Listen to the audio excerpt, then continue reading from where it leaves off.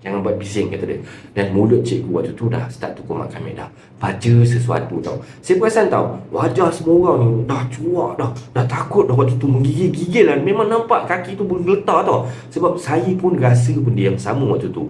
Tiba-tiba salah seorang daripada kami ni terjerit tau. Cikgu, saya nak balik sekarang. Cikgu, saya nak balik sekarang. Kata dia macam tu. Lantas cikgu pun jawab, pergi balik lah. Dah tak payah datang sekolah lagi. Kata cikgu macam tu. Dan kami semua terkejut tau. Kenapa cikgu cakap macam tu kan?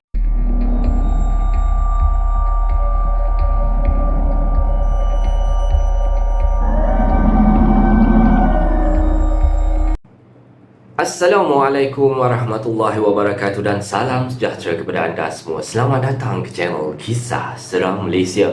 Diharapkan anda semua sihat-sihat belakalah hendaknya ya. InsyaAllah. Baiklah, semua kisah-kisah yang saya akan ceritakan kat sini pada hari ini, anggaplah sebagai satu hiburan saja. Jangan terlampau taksub ataupun terikut-ikut ya. Baiklah, sebelum kita bermula, marilah kita sama-sama berdoa kejap ya kepada Allah Subhanahu Wa Taala. Semoga Allah panjangkan umur, murahkan rezeki, berikan kesihatan yang baik dan pemudahkan segala urusan kita di dunia dan di akhirat. Dan semoga Allah memberikan syurga buat emak dan ayah kita. Amin amin ya rabbal alamin. Jadi, tanpa membuang masa lagi, kali ini KSM nak bawakan anda kisah yang bertajuk Gunung Angsi. Jadi, marilah kita terus ke video yang pertama dengan lafaz Bismillahirrahmanirrahim. Mari kita mulakan.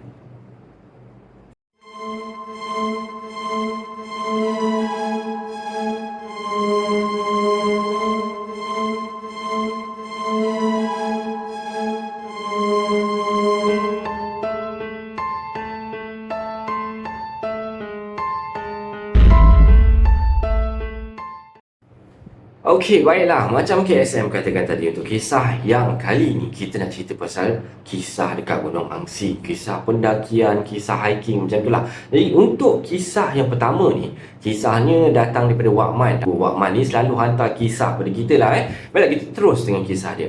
Assalamualaikum warahmatullahi wabarakatuh, saudara KSM. Waalaikumsalam Wakman. Okey, dan salam juga buat pendengar setia KSM. Diharapkan saudara KSM dan pendengar KSM berada dalam keadaan sihat di samping keluarga dan sahabat-sahabat kalian semua. Begini, saya ni ada 6 rakan sekerja, kata dia dan bila dapat tahu yang cuti kami ni dah diluluskan oleh bos kita orang berenam ni, happy gila lah. Dan kami berenam ni merancang masa cuti ni untuk buat satu ekspedisi mendaki dan berkemah dekat Gunung Angsi, kata dia.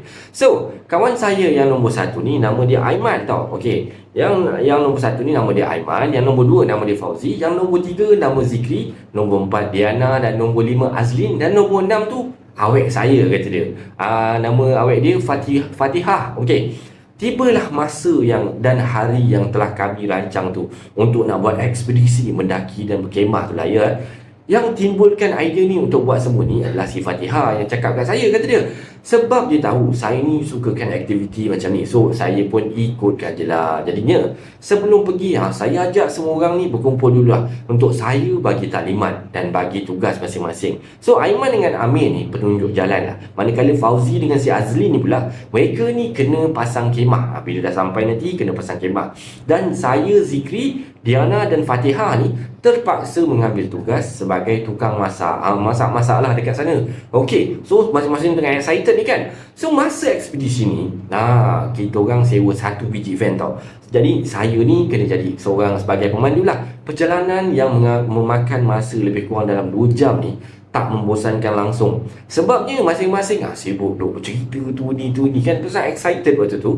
So pasal keindahan alam yang ada dekat Gunung Angsi ni lah. Tetapi sesekali saya sambut jugalah perbualan diorang ni. Korang ni seronok sangat. Seronok juga. Kalau masa sampai nanti, sebelum mendaki tu, pastikan barang-barang keperluan periksa dulu. Jangan ada yang tertinggal tau. Dan lagi satu, jangan ada yang mulut celupar, cakap yang bukan-bukan ke, orang kata sombong ke, jangan, bongkar ke, apa, jangan. Ingat hutan ni bukan tempat kita tau. Pesan saya pada kawan-kawan saya lah. Dan juga jangan lupa baca doa Nabi Sulaiman. Jadinya, sebelum melangkah masuk ke trek hutan ni, masa nak masuk nanti, jangan ada yang tertinggal pula ataupun berpecah daripada kumpulan kita ni. Dan setelah 2 jam perjalanan kita orang ni naik van kan, akhirnya kami sampailah ke kaki bukit Gunung Angsi ni. Okey, bila sampai je saya parkingkan van kat tepi jalan ni, selesai saya parking van ni dan barangan yang nak dibawa ni masa mendaki tu pun dah dikeluarkan daripada van. Dan sebelum kami mulakan ekspedisi ni, saya pimpinlah kawan-kawan saya ni untuk baca doa, dan selesai semua baca doa apa semua kan, kami pun mulakan perjalanan, bergeraklah dan naik ke trek pendakian yang memakan masa 3 jam 25 minit tau. Amat-amat memenatkan kami, kata dia. So dengan keadaan jalan pendakian ni, ada yang curam, ada yang mendatar, dan cukup membuatkan kami ni lelah, penat kan. Tapi semua tu hilang bila kami semua ni berjaya sampai ke puncak gunung. Mana taknya dekat hadapan kami waktu ni terbentang tau luas suasana keindahan alam ciptaan Allah SWT. Terasa penat kita orang ni tadi ni panjat gunung dan semua, sangat-sangat berbala tau. Dan bila sampai ke atas ni, macam biasalah, masing-masing sibuk nak gambar selfie. Biasalah, bila waktu dah mula nak hampir ke pukul 5 waktu tu, so barulah si Fauzi dengan si Azli ni dah sibuk dah, orang kata pasang kemah. Manakala si Aiman pula tak duduk diam lah, sibuk cari kayu api, nak cari kayu, kata dia kan, untuk nak buat unggun api malam nanti. So bila semuanya dah siap-siap ni, hari pun waktu tu dah mula gelap tau. Di sinilah bermulanya kisah seram kami semua. So bila waktu tu jam dah pun menunjukkan pukul 8 lebih 8 malam macam tu lah, dan selesai solat berjemaah, kami berkumpul untuk makan malam tau. Cuma bila sedang khusyuk-khusyuk makan ni, orang kata tengah berselera makan sebab penat tadi kan. So saya terperasan tau, macam ada satu lembaga yang duduk di belakang si Fatihah ni, dan lembaga ni menyerupai seperti seorang perempuan yang cukup cantik. Memang cantik, dia punya muka sweet sangat. Saya amati tau lembaga ni betul-betul, dan saya yakin yang lembaga ni bukan manusia tau. Dan malam tu saya tak pun ceritalah pasal apa yang saya nampak tadi tau. Bila masing-masing dah mengantuk apa semua kan, semua dah ambil keputusan untuk masuk dalam kemah dan tidurlah. Bila tepat jam pukul 6 pagi, saya tersedar yang pintu kemah saya ni dibuka.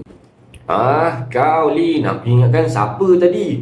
Kenapa kau ni pucat semacam je muka? Syah, awet kau Fatihah ni dah hilang ni. Kata Zili ni. Saya terperanjat dan saya tanya balik, macam mana boleh hilang pula kan? Kemana dia pergi kan? Saya teruslah keluar dari kemah ni, kejutkan Aiman, kejutkan Zikri dan Fauzi ni, dan bagi tahu kat diorang ni pasal hal yang terjadi ni. Diorang pun sesama ni, kita orang semua waktu ni dah terkejut lah sama-sama. Macam mana pula dah boleh hilang kan? Jadi kita orang rancak lepas solat subuh ni, kami nak pergi cari si Fatihah ni. Jadi bila dah siap solat, kami semua bersiap-siap lah sedia untuk nak cari si Fatihah ni. Jadinya saya, Fauzi, Aiman dengan Zikir ni buatlah keputusan untuk berpecah. Jadinya kami ni berpecah pada dua kumpulan tau. Jadinya Aiman dengan saya ni cari Fatihah daripada arah selatan, manakala Fauzi dengan Zikri akan cari daripada arah utara. Masa saya dengan Aiman ni tengah fokus mencari ni, jadinya Aiman terjumpa petunjuk tapak kaki tau. Jadi dia terus panggil saya waktu tu dan cakap, Syah, ni ada kesan tapak kaki orang ni. Dan bila saya sampai ni dekat tempat Aiman cakap dia terjumpa tapak kaki tu, tak jauh daripada situ saya ternampak tahu ada satu pintu yang boleh menerobos ke alam bunian. Jadi masa ni dengan berbekalkan ilmu saya yang ada ni, saya cakap dekat Aiman ni, kat sebelah dia tu ada satu batu besar, kau duduk dekat situ, kau tunggu situ, aku nak ke situ. Maksudnya nak masuk ke pintu tu yang kata tadi. Selagi aku belum sampai, kau jangan turun tau. Jadi bila saya cakap macam tu, Aiman pun mula faham lah, sebab dia tahu yang saya ni memang belajar ilmu perubatan Islam. Saya cakap lagi, kau cakap dekat Fauzi dengan Zikri ni, kau cakap kat dia orang yang aku dah tahu ke mana Fatihah ni disorokkan tau waktu tu. Dan saya cakap juga kat dia orang ni, jangan pergi mana-mana, tunggu dekat sini je sampai aku balik, kata saya lah. Jadi saya pun mulalah membaca ayat suci Al-Quran semua dan doa pembuka langkah kan, berserta doa ruqyah sekali. Perlahan-lahan lah saya pun mulakan langkah. Dan bila saya masuk ke alam sana ni, saya ternampak tahu banyak rumah dan sebuah perkampungan kat sinilah. Barulah saya tahu ini adalah perkampungan bunian. Dan saya pun teruslah melangkah menuju ke daripada satu tempat ke satu tempat. Dan bila sedang saya khusyuk berjalan ni, tiba-tiba ada makhluk bunian ni tegur saya. Kata dia kan, aku tahu kau cari perempuan ni, kata dia. Di sebelah jin bunian ni saya nampak Fatihah dia. Allahu Akbar. Alhamdulillah tahu waktu tu. Saya pun terus cakap lah, wahai hamba Allah, pulangkanlah dia kepada saya, kata dia kan. Sesungguhnya alam kami ni dan alam kamu tak sama. Jin bunian ni cakap lagi tau, aku tak nak pulangkan dia. Aku suka dia dan kau jangan cuba-cuba nak ambil dia daripada aku. Dengan beberapa potong ayat Quran ni, saya bacakan, saya hembus dekat muka jin bunian jantan ni. Dia terus tergeletak, pengsan terus kat situ. Jadi saya pegang tangan Fatihah ni dan teruslah bawa Fatihah ni keluar daripada alam bunian tu tau. Melalui pintu yang saya masuk tadi tu lah. Bila dah berjaya keluar ni, saya bacakan ayat menutup pintu tu agar mereka ni tak boleh nak ikut kami balik. Dan bila dah selesai, saya tergamam tau waktu tu. Bila Aiman tegur saya, "Oi, lama betul kau pergi kan? Daripada pukul 6 pagi tadi sampai pukul 3 petang ni kau baru keluar." Dan saya waktu tu terkejut saya. Macam mana boleh lama sampai macam tu kan? Padahal saya masuk tadi tak adalah saya rasa macam lama sangat kan? Jadinya tanpa membuang masa, saya cakaplah kat si Aiman ni, kita tak boleh lama sangat kat atas ni tau. Cepat kemaskan semua barang. Jom kita keluar daripada hutan ni. Jadi kami semua pun pergilah berlari ke arah kemah waktu tu. Dan saya pula kena pikul si Fatihah ni sebab dia pengsan waktu tu. Bila dah siap kemas semualah, saya cek semua barang, semua ada. Dan saya cakaplah dekat Azli dengan Diana ni, sorry, kita kena turun sekarang juga sebab tempat ni tak elok. Dan bila dah sampai dekat bawah, saya cepat-cepat suruh diorang semua masuk. Dan saya pula terpaksa letakkan si Fatihah ni dekat tempat duduk penumpang sebelah driver tu. Masa ni saya hidupkan enjin van ni dan terus pecut keluar daripada hutan Gunung Angsi ni. Cuma masa ni masa saya tengah pecut ni, saya ternampaklah ada satu lembaga berambut panjang tau, berdiri menghadap jalan kami ni sambil melambai-lambai tangan ke arah kami. Dan bila dah dapat keluar daripada kaki Gunung Angsi ni, saya ingat dah lega dah tak ada apa-apa gangguannya. Tapi rupa-rupanya tidak, saya tersalah. Dan Diana dengan Zikri ni pula yang kena rasuk waktu tu. Saya terus berhentikan van kat tepi highway dengan perasaan yang marah. Saya keluar dan pergi ke ruang penumpang tu. Saya libas tubuh Zikri dengan Diana ni dengan kain lah. Dan saya bacakan ayat-ayat penghalau dengan 2 pukulan saja.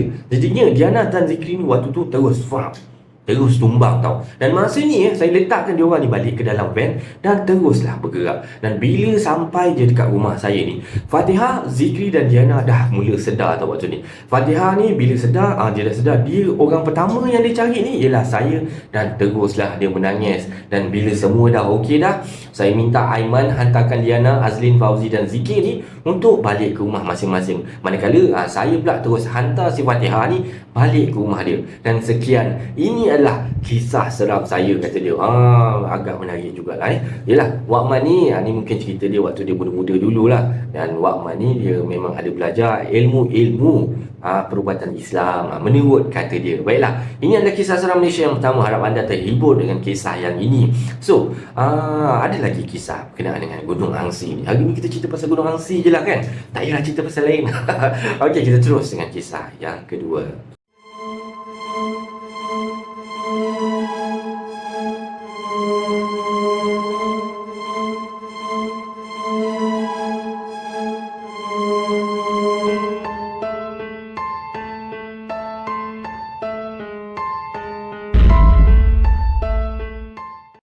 Baiklah, untuk kisah yang kedua ni, macam yang KSM katakan tadi kan, kisah masih lagi berkenaan dengan Gunung Angsi. So kita terus dengan kisah yang kedua. Assalamualaikum warahmatullahi wabarakatuh. Kali ni saya nak sharekan pengalaman saya sendiri, kata dia. Apa ni nama? Mana satu nama dia? Lee je letak nama dia. Okey, sewaktu sertai perkemahan Persatuan Pembimbing Rakan Sebaya ni, peringkat sekolah tahun 2003. Dan waktu ni saya ni masih lagi ataupun baru berumur 16 tahun. Baru je berpindah kat sekolah ni. So, saya jadi ahli Persatuan PSS ni sebab guru kaunseling ni, waktu tu nama cikgu tu Cikgu Mat merangkap jiran sebelah rumah saya, merangkap cikgu kaunseling masa saya sekolah lama dulu yang suruh saya sertai program ni. Okey, kalau ikut saya ni memang tak nak lah nak sertai apa benda ni semua kan. Sebab saya ni anak mak dengan ayah, lebih kurang anak manja lagi tu kan. Rindu rumah nak pergi camping 3 hari ni, alamak, letih rasanya kan sebab nak berpisah dengan mak ayah.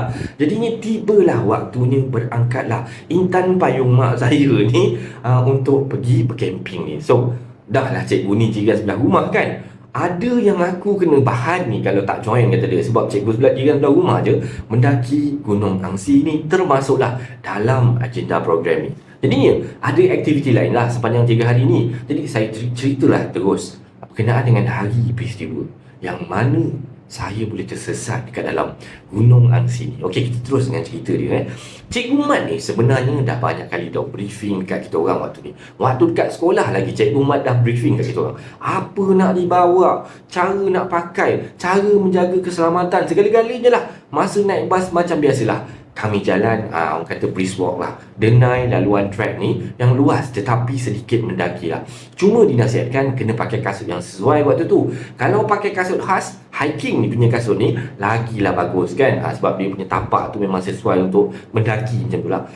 Sebabnya kenapa tau? Sebab masa ni kawasan persekitaran tau, kawasan kita orang nak mendaki ni baru lepas hujan. Jadi trek yang kita orang nak panjat tu licin. Jadi masa tu siapa yang gunakan sneaker ataupun trainer punya shoes ni, memang ramai yang terjatuh, ramai yang tergolek lah. So yang naik sekali dengan saya ni ada 5 orang tau. So 2 orang yang dah terjatuh dah, dan salah seorang tu terseliur sampai kaki dia.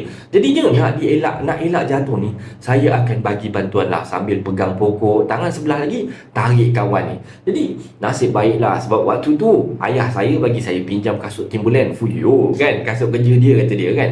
Kalau tak mau tergeliat dah saya macam kawan-kawan yang lain. Jadinya disebabkan baru pertama kali saya ni mendaki lah, perjalanan saya ni nak sampai ke atas tu agak lama lah juga, hampir 3 jam tau. Masa nak sampai trek ni jadi semakin mencabar, semakin curam, dan ada part yang sampai kena panjat tau. Ada tali dan kayu-kayu pemijah sebenarnya. Dah lah orang kata saya ni dah lah gayat sebab tempatnya tinggi, dan saya tak pastilah laluan terkini ada lagi tak kayu dan tali ni tau. Dan akhirnya setelah lutut terketar-ketar kan, gede-gede, sebab takutnya pasal, sampailah juga saya ke puncak. Waktu tu tengok pemandangan hijau, pokok-pokok pada ketinggian ni lain tau daripada pokok kat bawah tu. Dia punya pokok tu lain macam lah, saya tak tahu nak gambarkan macam mana. Okey, ke atas tu kan, dengan dia punya kesejukan dia, ya Allah, takjub rasa dia, subhanallah kan. Jadinya boleh nampak kawasan Senawang tau. Main building kat situ masa tu Giant Senawang lah. Jadinya Cikgu Mat cakap, kalau nak turun nanti ikut dia tau, tapi pastikan jalan laju sikit. Dan waktu ni saya dah mula rasa cuak tau, sebab fikiran saya ni kena lalu tempat yang naik tadi. Sebab laluan nak naik tadi memang curam tau, jadi memang takutlah nak turun lagi lah. Dengan keadaan track waktu tu hujan, licin apa semua kan, risau juga. Jadi nak tak nak lalu jugalah walaupun kecut perut waktu tu. Jadi kami turun dalam kumpulan kecil lah, 5 ke 6 orang pelajar je waktu tu. Jadi saya pastikan yang saya ni sentiasa berada dalam grup kumpulan saya ni lah. Jadi saya dengar lah perbualan pelajar-pelajar lain dengan cikgu waktu tu. Waktu ni saya ni bukannya kata jenis yang banyak mulut tau. Saya ni lebih pada banyak menyendiri, tak banyak cakap sangat. Sebab saya kata tadi, saya kalau boleh tak nak pergi kan, sebab Cikgu Mat ni jiran saya, nak tak nak kenalah pergi juga. Jadi kita terus dengan cerita mencelah. Waktu Cikgu Mat kena saya lah, anak mak lah, anak manja lah dia panggil saya waktu kan. Tiba-tiba saya yang tadi ni kat tengah-tengah kumpulan tu, tiba-tiba tak nampak seorang pun kat depan saya ataupun dekat belakang saya. Jadi waktu tu kan, saya dah astagfirullahaladzim, saya dalam keadaan saya seorang-seorang tadi, tiba-tiba saya macam kawan-kawan saya depan tak ada, saya pandang belakang pun tak ada orang. Jadi saya pun cubalah cepatkan langkah saya sikit. Dan bila dengar suara kawan-kawan lain ni berborak-borak dengan Cikgu Mat waktu tu, sekali-sekali tau, sekali-sekala saya terdengar tau, dia orang tergelak-gelak tau. Jadi mana korang ni, laju dah aku jalan ni, tak dengar suara tapi seorang pun tak nampak waktu tu kan. Jadinya sambil saya ni mula nak buka langkah semakin besar, semakin laju lah. Sekejap, waktu tu saya dah rasa macam pelik tau. Kenapa trek ni rasa macam lain Tadi kan masa naik tu, trek tu rasa macam luas je. Ini tak, pokok-pokok kecil ni dah semakin rapat dengan trek tu, dan trek tu semakin kecil lah. Waktu ni astagfirullahaladzim, saya dah positifkan diri kan, cuba berhusnuzon, ni mungkin trek lain agaknya kan. Dan ini saya ni pula jenis yang cepat gemetar tau, nervous lain macam kan. Dan kali ni memang saya betul-betul panik tau. Bila je suara perbualan tadi yang saya dengar, dia orang ketawa, dia orang bersembang, dia orang gelak-gelak tadi, senyap. Dan saya berhenti tau, saya pasang telinga. Apa pasal ni? Tak ada dengar langsung dah suara dia orang kan. Senyap habis tau. Dan perut saya waktu tu dah mula rasa senak tau. Sebab dah start takut tau. Dan dalam waktu buntu tu lah, Allah ilhamkan saya sentiasa ikut track ni. Tapi lagi sekali saya diserang panik ni bila track yang saya lalu tu waktu tu bawa saya ke satu kawasan semakin ke dalam hutan tau. Tadi banyak kan pokok, tiba-tiba kat sebelah tu kawasan lapang. Tiba-tiba je saya jalan-jalan daripada banyak pokok, tiba-tiba dekat sebelah saya ni kawasan lapang lah. Ada ke kawasan ni tadi waktu datang? Macam tak ada kan kot. Aku baru lalu pertama kali kat sini kot. So waktu ni perasaan takut saya ni memanglah dah menguasai diri saya, dah penuh satu badan dan menggeletar dah. Setiap langkah saya ambil ni menggigil-gigil kepala lutut ni. Rasa macam diperhatikan je tau. Dan timbullah bunyi waktu tu seperti seseorang ada dekat belakang. Jadi saya mengharapkanlah orang kata adalah ahli lain waktu tu akan melalui jalan tu. Jadi sebab masa kami tinggalkan puncak tadi masih ada lagi beberapa pelajar lagi dengan cikgu yang belum turun. Jadi saya tunggu.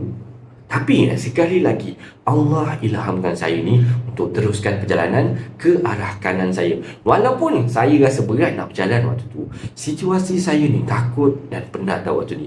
Takut tersesat jauh dah. Kan takut jumpa binatang buas ada, takut hari dah semakin gelap. Jadi saya langkahkan je lah kaki saya ni. Dan tiba-tiba saya terdengar tau sesuatu dekat belakang. Jadi saya toleh belakang.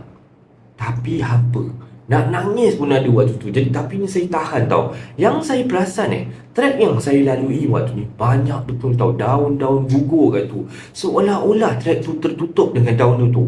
Betul-betul buatkan saya waktu tu rasa bertambah panik tau. Dan setelah saya ni kepenatan berjalan saya terdengar tau bunyi air terjun.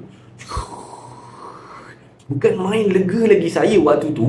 Maknanya ni saya dah dengar dah dekatlah dengan kawasan perkemahan. Dan saya mula nampak trek yang bersih. Dan saya percepatkan langkah saya. Tak sabarlah. Dan tiba-tiba saya nampak tau ada 3 lelaki berjalan ke arah saya Melayu. Dan tiba-tiba salah seorang tu menegur. Dek, daripada mana ni? Buat apa kat atas ni? Saya jawab lagi, saya jungle trekking bang, naik Gunung Angsi ni. Ada latihan ke? Lepas ni nak pergi mana? Dia orang maksudkan ni sebenarnya mendaki gunung apa? Sebab Gunung Angsi ni terkenal di kalangan pendaki sebagai lokasi latihan sebelum mendaki ke gunung yang lebih tinggi. Maksudnya lebih kurang Jadinya ni baru kali pertama bang kita mendaki. Ikut program sekolah katanya. Dalam hati saya ni dah lah bang, saya nak cepat dah ni kan. Saya tak nak lah bersembang-sembang, saya nak cepat balik. Sebab waktu tu semakin gelap kan. Dan lelaki tu lagi tanya lagi tau, sekolah lagi ke? Tingkatan berapa? Saya pun jawab, tingkatan 4 bang. Beraninya kau ni atas seorang-seorang kan?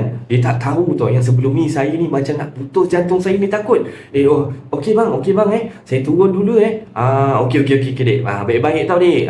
Jangan laju-laju sangat, pelan-pelan je. Relax. Legalah saya waktu ni, dah nak sampai tau. Baru je saya jalan 2 langkah ke depan ni, tiba-tiba abang yang seorang lagi ni dia panggil saya. Dek, kejap dek. Tadi daripada atas ni ada ambil apa-apa tak? Ada ataupun ada terbawa apa-apa balik tak? Tu ni saya diam tau. Tu kayu tu, dia sambil tunjuk dekat tangan saya ni, saya pegang kayu panjang setengah depa macam tu Atau benda-benda lain ke, tinggalkan ya dek. Jangan bawa balik turun tau, jangan bawa turun. Waktu tu saya pun okey bang.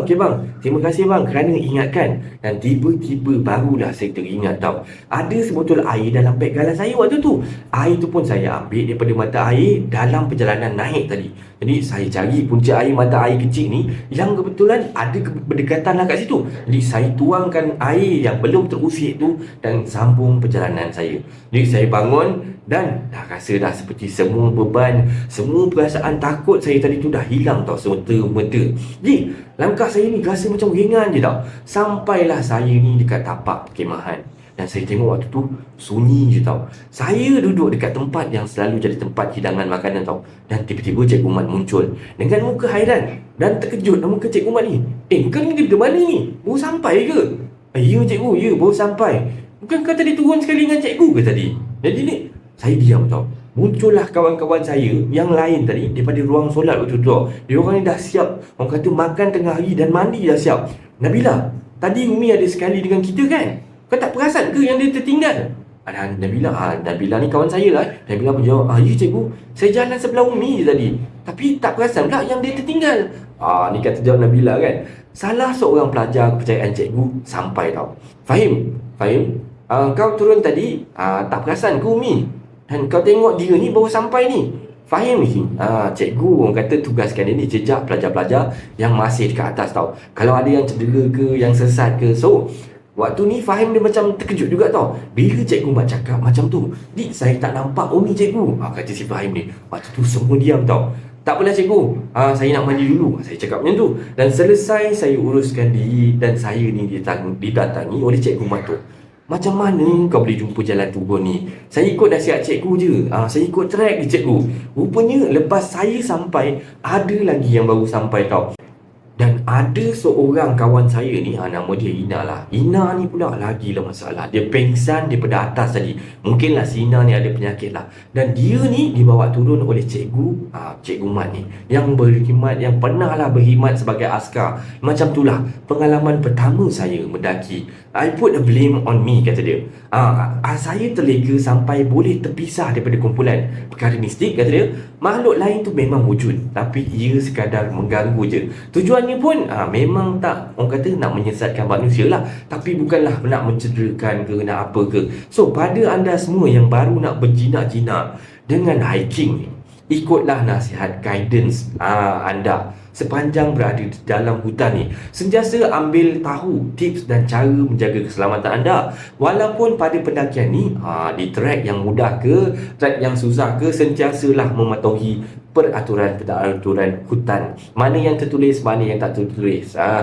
Guna glove, bawa kayu, bawa tongkat dan tali. Jaga adab, tutup aurat dan jaga ikhtilat. Serik, kata dia kan. So itu adalah kali pertama dan terakhir lah agaknya dia pergi mendaki Gunung Angsi ni. Dan ini adalah kisah yang kedua. Harap anda terhibur dengan kisah yang kedua ni. Kita ada kisah yang ketiga berkenaan dengan Gunung Angsi lagi. So korang stay tune, kita terus ke kisah yang ketiga.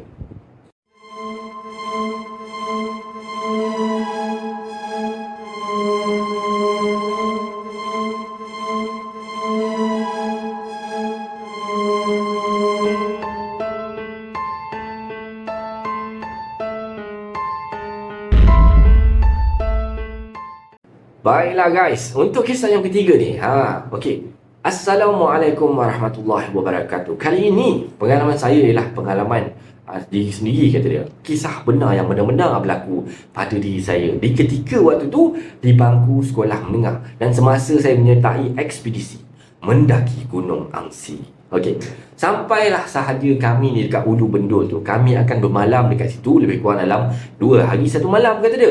Mula-mula cikgu mengarahkan kami ni untuk mendirikan kemah untuk penginapan lah. So beberapa orang pelajar ni, aka brother ni daripada tingkatan 4 dengan 5 ni, memainkan peranan lah, orang kata sebagai facilitator kan, dalam memantau peserta ekspedisi kali ni. So daripada aspek keselamatan dan kebajikan lah, dia orang ni kena in charge babak macam tu lah. So hari pertama ni, malam pun dia adakan aktiviti malam kebudayaan tau. Masing-masing ni dibahagikan dalam beberapa kumpulan lah untuk membuat persembahan sambil ditemani dengan unggun api. Hui, seronoknya, ya Allah. Kan, pernahlah dulu camping kat sekolah, tapi taklah pergi camping kat situ kan. Okay, so malam pertama ni tiadalah sebarang gangguan, kata dia. Semua happy, kenyang dan puas hati. So keesokan harinya, apabila mula sesi mendaki ni, kebiasaannya, masa mendaki ni mengambil masa lebih kurang dalam 1 jam lebih. Dan untuk naik dan untuk turun juga, kalau pro dan biasa hiking ni, tapi disebabkan saya ni kategori noob, dan saya ni tergolong dalam kumpulan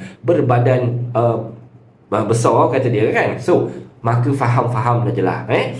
Pagi tu kami dibahagikan kepada 3 kumpulan lah. Dan saya ni dalam kumpulan yang paling akhir sekali, iaitu kumpulan yang terlebih muatan, kata dia kan. Astagfirullahaladzim, kau tak baik, kata dia, diri sendiri kan. Terdiri dalam 5 orang lah dalam grup saya ni. So ditemani seorang guru dan seorang facilitator. So setiap kumpulan ni dilepaskan jarak 20 minit jarak ni. Maksudnya satu grup 20 minit dah lepas, tunggu 20 minit, baru lepas satu grup. Macam itulah lebih kurang supaya ni laluan ni tak, orang kata laluan mendaki ni tak jadi crowded. So kami ni dilepaskan yang paling akhir sebab tak nak memberikan tekanan dan beban kepada kumpulan lain. So jadinya setelah hampir sejam kita orang mendaki ni, dan guru mengiring ni suruh kita orang berhenti lah, orang kata suruh rehat kejap, kerana laluan mendaki ni tiba-tiba dihalang oleh sebuah batu setinggi hampir rumah satu tingkat tau. Dan waktu tu kami semua tergamam tau, macam bingung kejap, air macam mana pula batu macam ni boleh ada kat tengah-tengah kan.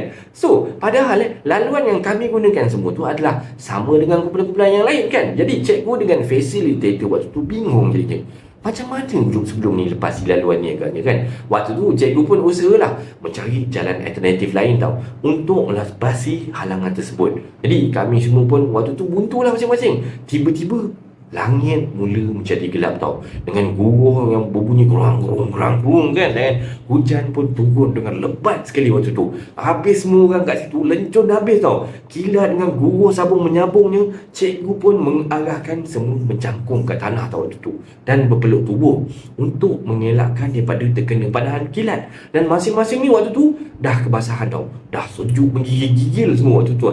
Kami semua bersandar pada batu besar tu untuk elakkan daripada tergelincir jika air turun. Habislah orang kata bekalan makanan junk food yang saya bawa daripada yang ada dalam beg ni menjadi peneman sepanjang perjalanan ni. Dan hujan waktu tu turun dengan agak-agak, orang kata selama setengah jam je lah dan tiba-tiba saja dia berhenti macam tu je. Dan kami semua ni diberikan arahan untuk bersedia menghadapi apa-apa kemungkinan. Ini orang kata cikgu pesan lah kena bersedia kalau apa-apa jadi nanti korang beware lah kata dia. Jadi saya perasan lah cikgu seperti risau. Ada orang kata riak wajah dia tu, nampak lah risau dia tu. Dengan tiba-tiba je kami semua dikejutkan oleh sesuatu. Dan bila hujan telah berhenti beberapa ketika batu besar yang menghalang laluan kami tadi tu tiba-tiba je gaib ataupun hilang daripada pandangan kita orang tau. Dan kedudukan batu tadi tu dah lesap dah, dan kami semua terdiam, terpaku dan terkejut waktu tu. Jadi cikgu pun menunjukkan isyarat supaya diam tau dekat mulut macam ni.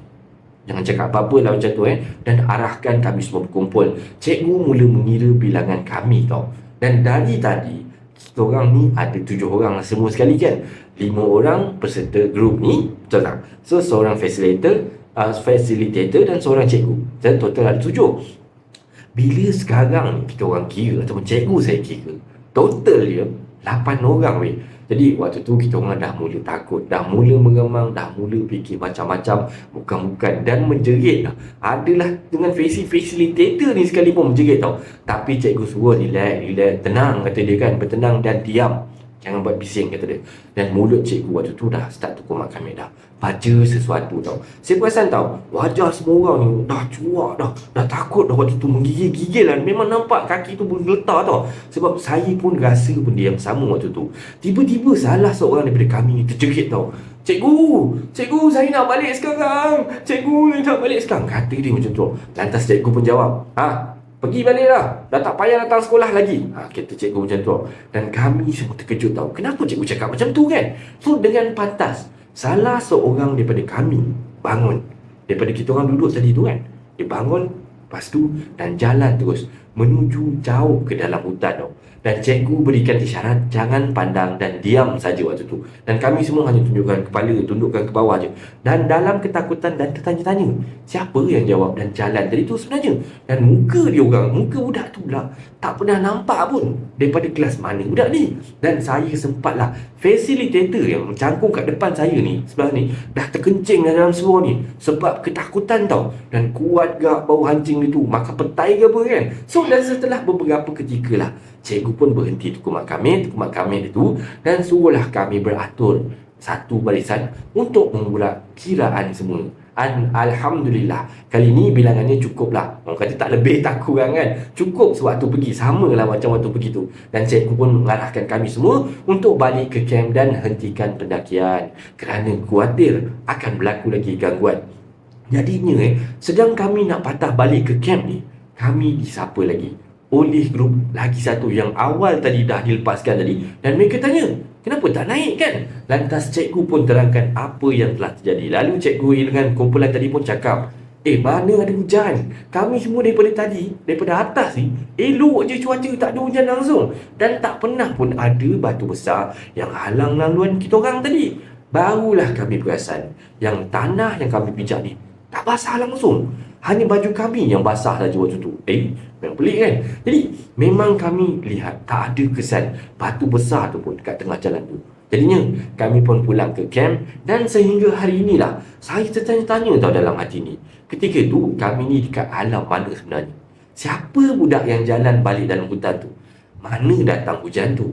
Dan cikgu masih berdiam tentang kejadian tu sampai sekarang. Tapi saya pastilah, cikgu juga nampak benda yang sama yang saya nampak. Ada ular tedung besar tau berdiri dekat atas batu tu ketika hujan lebat yang masih menjadi misteri hingga ke hari ini. Semoga kisah ini menjadi satu tauladan dan sepadan kepada kita semua. Wallahu a'lam. Kan? Jadi, inilah kisah seram Malaysia pada kali ini. Macam mana anda rasa dengan kisah dia kan? Jadi, kepada anda semua yang minat ataupun yang memang kaki-kaki hiking, kaki-kaki masuk hutan kan, orang kata adventurous punya orang tu, sentiasalah orang kata beringat kan, ada undang-undang yang bertulis, ada undang-undang yang tak bertulis yang anda kena pelajari kan. Baiklah, terima kasih kerana sudi mendengar kisah seram Malaysia pada kali ini sehingga akhir. Sebarang komen, like dan share daripada anda semua amat-amatlah dihargai. Terima kasih pada yang sudi subscribe di channel Kisah Seram Malaysia ni, dan yang masih belum tu, bantulah saya dengan menekan butang subscribe, like dan sharekan video ini kepada kawan-kawan anda.